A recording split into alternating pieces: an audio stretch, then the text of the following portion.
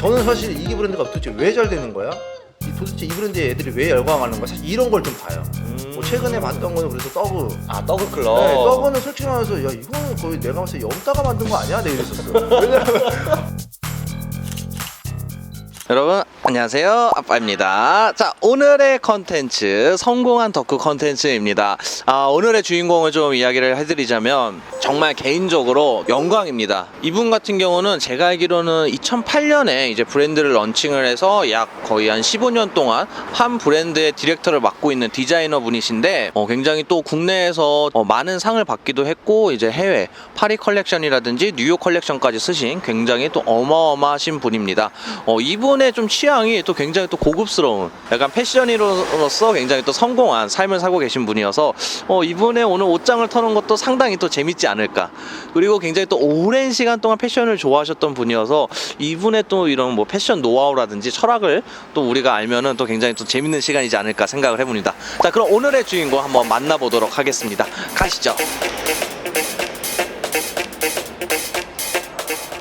잠깐만. 아이, 맞아? 아니 이게 뭐야? 와, 이거는 이 집엔 도둑 안 들겠다. 아니 진짜 무슨 갱스터 집 같잖아. 오늘의 주인공 취향이 굉장히 독특합니다. 이것도 굉장히 고가의 가구 브랜드예요. USM. 와, 굉장히 또 럭셔리한 취향을 자랑하는 오늘의 주인공 만나보도록 하겠습니다.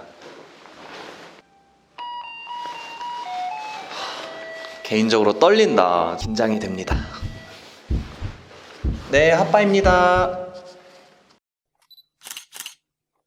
안녕하세요. 저는 비욘드 클로젯이라는 브랜드를 하고 있는 패션 디자이너 고태웅입니다. 반갑습니다.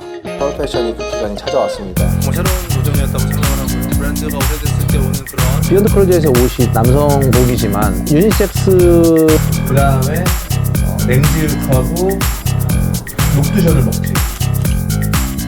안녕하세요, 실장님. 일단 너무 감사드립니다. 이렇게 초대해 주셔서. 너무나도 유명하시긴 하지만 네.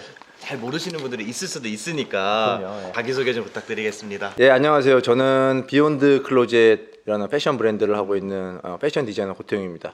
올해 이제 16년 차. 16년 차. 네, 16년 차 디자이너가 됐습니다. 그러니까 비욘드 클로젯이 그럼 벌써 16년이 된 거예요? 16년 됐어요. 제가 알기로는 07, 08 네. 그때부터 시작한 걸로 알고 있는데 08 때 시작했고 브랜드 이제 만든 건 07 때 만들었고 서울 패션위크 최연소 디자이너로 데뷔를 했거든요. 그 당시에 네. 26, 7 정도의 패션위크 데뷔했는데 벌써 이제 앞자리가 2번 바뀌었네요. 그러니까 패션이라는 거를 이제 아예 뭐 공부를 안 하고 있다가 어렸을 때는 옷 다 좋아하잖아요. 네네. 단순히 그런 애였는데 그러니까 인천 친구들이 이제 고등학교 때 옷을 입으면 대부분 이제 좀 건달 스타일의 유행이었어. 우리 때는 아예 두 쪽이었어. 인천 좀 유명하잖아요. 네. 약간 그쪽으로. 골프웨어냐 아니면은 약간 힙합 뭐 후브나 칼카니 약간 이런 거 입는 애들이냐. 근데 이제 저는 그 당시에 리바이스 이제 카고 바지 같은 거 입고 다니고 약간 그런 약간 일본 느낌. 예, 네. 그러면서 약간 좀 멋을 좀 내는 걸 좋아했었는데 어딘가에 대학에 들어갔는데 군대를 제가 해병대를 갔다 왔어요. 해병대를 갔다 와서 좀 정신 차리고 공부를 해서 인서울로 학교를 좀 옮겨볼까? 그래서 편입 공부를 하다가 의상학과가 점수가 되길래 의상학과를 그냥 써서 된 거예요. 그때까지만 해도 뭐 패션 디자이너나 패션 일을 해야겠다는 생각은 안 하고 있다가 학교에서 과제로 서울 패션위크를 보고 레포트를 제출하라고 해서 서울 패션위크를 처음 딱 갔는데 그때 이제 세 개의 쇼를 봤는데 지금의 이제 준지, 예, 그때는 롱커스텀이었고 정준 실장님, 그다음에 최범석, 제너럴 아이디어, 그다음에 이제 한상혁 형, 그 옛날 MBO 했던 형 본, 그 당시 본 이렇게 세 개를 딱 봤는데 딱 보는 순간 그냥 태어나서 처음으로 저거구나, 내가 해야 될 일이. 피날레 때 디자이너가 인사를 하러 나오잖아요. 네. 그게 너무 멋있는 거야. 그냥 뭐 옷이고 나발이고 그냥 그게 그냥 뭔가 사람들한테 열광하게끔 만들어주는 직업이 옷이 되는 게 너무 멋있는 거예요. 그래서 그러면 나는 그 당시 이제 패션 디자이너가 돼야겠다도 아니고 컬렉션을 하는 디자이너가 돼야겠다라는 생각을 하고 이제 서울 패션 위크를 데뷔하기 위한 여러 가지 이제 또 프로세스들이 있어서 그런 것들을 다 이제 그때부터 연구하고 공부하고 해서 그 다음 연도에 이제 학교를 졸업하고 바로 데뷔를 했죠. 근데 사실 이게 데뷔를 하고 싶다고 해서 할 수 있는 것도 아니고 맞아요. 예. 많은 또 돈이 들어가잖아요. 네, 돈도 좀 들어가죠. 그런 과정은 또 어떻게 이겨내셨나요? 패션 위크를 하기 위해서 이제 옷을 만들어야 되는 돈이 있거든요. 이제 그게 그쵸, 그쵸. 거의 지금은 저희 비욘드 클로젯이 컬렉션 한번 준비하는데 되게 많은 비용이 들어가는데 네. 사실 그 당시에는 서울시에서 지원도 좀 있었고 아. 처음 데뷔하는 사람들은 뭐 모델 비용도 거의 이제 지원을 해주기도 했고 해서 옷값만 있으면 됐었어요. 그래서 옷값이 거의 한 1,000만 원 정도에서 1,500 정도가 필요했는데 제가 이제 대학교 때 쇼핑몰에서 좀 일을 했었거든요. 쇼핑몰에서 일하면서 좀 돈을 좀 모았고 패션위크를 데뷔한다고 딱 신청서를 냈을 때 되게 많은 부정적인 반응들이 있었어요. 왜냐면 서울시에서는 너무 어리기도 했고 디자이너 선배들 사이에서는 제 누구 아들인데 뭐 집 어딘데 뭐 당연히 뭐 그 당시엔 디자이너가 되기 위해서는 해외 유학을 갔다 와서 네네. 뭐 박사과정을 해야 된다든지 아니면 뭐 누구의 아들 뭐 디자이너 누구의 딸 뭐 약간 이런 사람들이 이제 데뷔를 하거나 네네. 뭐 아니면 누구의 자제분들 사실 집에 돈이 좀 많은 사람들이 많이 했던 시절이어서 그런 거에 대해서 굉장히 부정적인 반응들이 좀 있었는데 무엇보다 서울시에서 되게 중요하게 생각했던 게 좀 뭔가 신선한 뉴 웨이브 같은 좀 젊은 디자이너들이 좀 네네. 필요했었어요. 그래서 스타 디자이너 소위 말해서. 그래서 그때 정말 서울시에서도 큰 좀 모험으로 저를 이제 뽑아서 첫 쇼를 데뷔를 하게 됐죠. 어떻게 보면은 되게 한국에서는 되게 이례적인 일이었네요. 그럼. 그 당시에는 완전 좀 획기적이었던 것 같아요. 학창 시절에는 옷 입는 게 재밌었고 그 다음에는 옷을 뭐 주구장창 많이 살 수는 없으니까 네. 옷을 사서 바꿔 입는 것도 그 당시에는 좋아했고 바꿔 친구들하고 입는다? 그냥 아, 친구들이랑? 좀 바꿔 입는 것도 좋아했고 뭐 그렇게 하다 보면서 그냥 옷 입는 즐거움에 대해서 좀 느꼈던 것 같아요. 그러다가 대학교 때 들어갔을 때 이제 제가 뭐 2002년 4년 막 요때니까 그때 이제 에디 슬리먼한테 완전히 또 꽂힐 때여서 디오로모 할 때니까 그때 완전 난리 전설 났었죠. 전설이었잖아요. 그쵸. 네, 네. 진짜 스키니 열풍이 불 정도로. 그때는 진짜 완전히 그냥 다 그런 옷만 샀었어요. 패션 대학교를 들어갔는데 편입을 했는데 제일 좀 신기했던 건 의상학과라 그러면 되게 애들이 막 스타일리시하고 막 멋있고 막 이런 애들로 가득 찬 학창 시절을 꿈꿨는데 막상 들어가니까 막 애들도 옷도 그렇게 잘 입는 것 같지도 않고 저는 그냥 심심하면 맨날 잡지 보고 그 당시에는 잡지를 보던 세대였으니까 에스콰이어, GQ, 뭐 아레나 이런 거 맨날 보고 뭐 스타일닷컴 같은 거 들어가서 보고 막 이러면서 정말 패션에 대해서 되게 좀 많이 몸이 흡수가 됐던 것 같아요. 그 당시부터 지금까지 한결같이 제일 좋아하는 디자이너는 드리스 반 노튼 제가 제일 좋아해요. 왜냐하면 저는 조금 더 오리지널리티를 만들어낸 사람들을 되게 좋아하거든요. 되게 클래식한 그 컬렉션들을 보여주는데 그 컬렉션을 정말 쭉 보고 있으면 한편에 어떻게 보면 컬렉션을 봤다라는 게 아니라 서사가 있는 드라마를 내가 봤다라는 느낌, 되게 좀 우아하다라는 표현을 맞아요. 되게 고상하고 약간. 그게 너무 멋있었어요. 또 이제 K 열풍이라고 해서 맞아요. 굉장히 문화적으로 패션뿐만 아니라 다양한 분야에서 한국 사람들이 이렇게 세계적으로 많이 이름을 알리고 있는데 좀 요즘 관심 있게 보고 있는 한국 브랜드가 좀 있으신가요? 아, 이거 많이 물어보는데 사람들이 네. 솔직히 말하면 내가 관심 있게 보는 브랜드들이 있다가도 그 브랜드가 너무 빨리 없어지는 경우도 많았고 이제 요즘은 아니지만 가장 그래도 한국이라는 어떤 나라에서 해외 애들이 제일 그래도 좀 좋아했던 게 젠틀몬스터부터 시작이 됐었어요. 제가 봤을 때는 어떻게 보면 하나의 브랜드를 보는 게 아니라 저는 사실 이게 브랜드가 도대체 왜 잘 되는 거야? 도대체 이 브랜드에 애들이 왜 열광하는 거야? 사실 이런 걸 좀 봐요. 뭐 최근에 봤던 거는 그래서 떡그. 아, 떡그 클럽. 네, 떡그는 솔직히 말해서 야 이거는 거의 내가 봤을 때 염따가 만든 거 아니야? 내가 이랬었어. 왜냐면 이걸 브랜드라고 정의를 내려야 되나?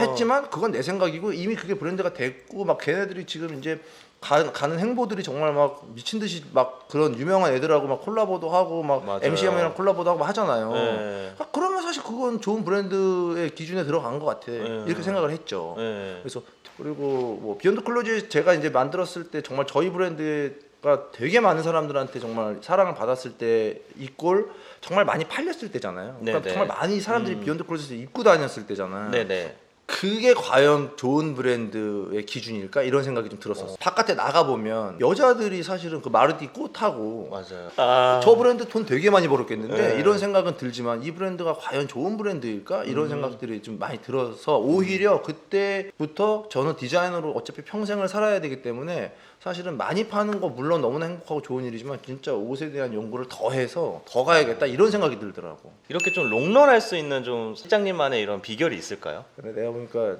아빠님이 좀 되게 착한 게 용어를 되게 좀 순화시켜서 잘 써준다. 아, 그래요? 그러니까 왜냐하면 롱런이라고 하는 거는 네. 그러니까 저는 그렇게 생각해요. 그러니까 롱런은 유재석 씨가 롱런 하는 게 롱런이고 아. 우리 브랜드는 사실 어떻게 보면 조금 인생에 좀 파도가 많아요. 예, 브랜드가 어떻게 보면 좀 잘 됐을 때 브랜드가 잘 됐을 때 이꼴 매출이야.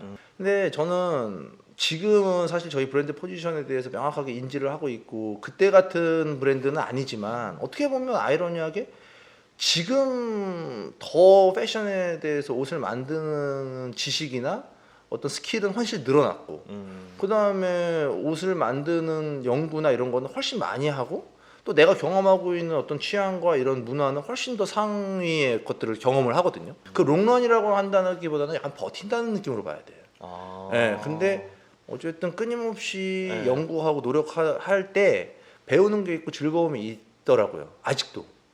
그래서 할 수 있는 것 같아. 20대 때는 왜냐면 아무것도 모르니까 어디서 영감을 받지 하다가 결국 생각한 게 야, 그러면 내 옷을 좋아하는 애들이 20대일 텐데 애들하고 약간 공감대를 형성해 볼까? 그래서 그 당시에는 공감대 형성을 많이 했었어요. 나의 군대 밀리터리는 군대 시절에 대해서 니들도 이거 알잖아. 니들도 이런 거 해봤잖아. 뭐 이런 거. 근데 지금은 오히려 내가 남들보다 빠르게 어떻게 보면 조금 좋은 문화들을 흡수하고 좋은 취향에 대해서 스펙트럼이 넓은 삶을 살고 있다면 지금 내가 느끼는 것 중에서 내가 정말 좋은 영감을 받은 것들을 니들한테 공유해 줄게. 약간 이런 식으로 접근을 하죠. 그래서 요새는 사실 어떻게 보면 좀 현대미술이라든지 약간 그런 취향에 대한 얘기를 좀 많이 해주기도 했고 뭔가 컬렉션이라든지 작업을 시작할 때 항상 근본이 되는 것들은 과거의 것들, 빈티지 그러니까 이런 거에서 시작을 많이 해요. 그래서 그런 브랜드들도 좀 많이 보기도 하고 예전에 정말 뭐 유승범이라는 형이 나한테 영감을 많이 주기도 했었고 그러니까 검정색 막 보풀이 많이 일어난 수트에 쪼리를 신고 거기다 마이클 조단 저지를 농구 나시를 입은 거야. 근데 그게 뭐 벌써 한 십몇 년 전이니까 지금은 되게 그렇게 입는 애들 좀 있는데 그 당시에는 와 저렇게 옷을 입기도 하는구나 하면서 스타일링에 대한 영감을 되게 많이 스포티즘하고 클래식에 대한 믹스 약간 이런 것들도 영감을 많이 받고 재밌었던 게 이제 시상식 같은 데 가면은 제 눈에는 너무 멋있는데 맞아. 기사에는 워스트 그렇죠, 패션 그렇죠. 예, 예. 유승범 이렇게 나오고 맞아요. 그러니까 이게 좀 보는 사람마다 물론 당연히 다를 수는 있겠지만 너무 시대를 앞서갔던 맞아요. 패션을 보여줬던 것 같아요. 요즘에 뭐 유튜브에서 제일 많이 뭐 저한테 물어보는 것이 패셔니스타가 누구냐는 거죠. 요즘 남자는.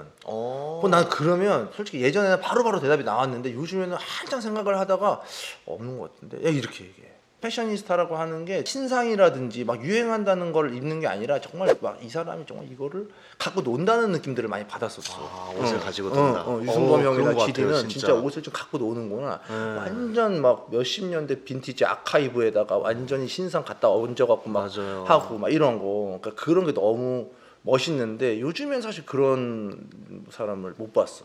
맞아. 진짜 저는 지드래곤을 너무 좋아해서 GD의 패션을 되게 오랫동안 봐왔는데 예전에는 신상들로 그냥 다 정말 유행하는 맞아. 것들 그런 걸로 입었는데 또 이제 군대 전역하고 나서는 빈티지 정말 오래된 빈티지에 최근에 나온 막 명품 이런 걸 또 믹스매치도 많이 하긴 하더라고요.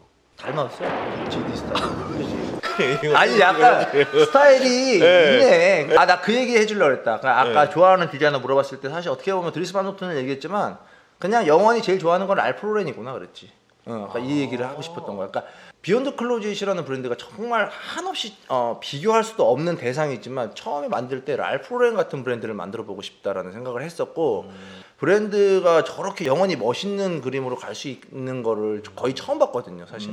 그러니까 클래식이라는 거에 대한 매력을 처음 느끼게 해줬고 그래서 비욘드 클로젯이라는 것도 그냥 옷장 속에만 보관되는 어떤 옷이 아니라 옷장을 넘어서 무언가를 넘어서라는 걸 항상 내가 얘기하면서 그냥 우리가 영원히 입을 수 있는 나이에 상관없이 영원히 입을 수 있는 옷. 근데 진짜 짜증나는 게 이제 비욘드 클로젯 터졌을 때가 20대, 10대, 20대가 입다 보니까 브랜드가 10대, 20대가 입는 옷이라고 사람들이 생각을 하는 게 이제 좀 나도 좀 싫지. 그러니까 내가 오히려 내가 지금 40대지만 내가 내 옷을 막 입는 모습을 좀 보여주고 싶고 충분히 잘 입을 수 있는 걸 보여주고 싶은데 10대, 20대한테 많이 팔렸다고 해서 내가 10대, 20대를 생각하면서 디자인을 하지 않거든요. 그쵸, 그게 제일 중요한 포인트가 되는 것 같아. Hey boy.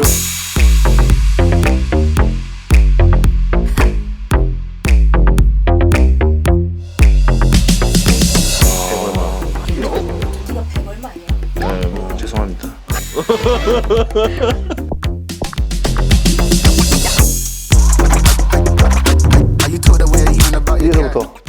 선글라스는 비욘드 클로즈 제가 만든 거.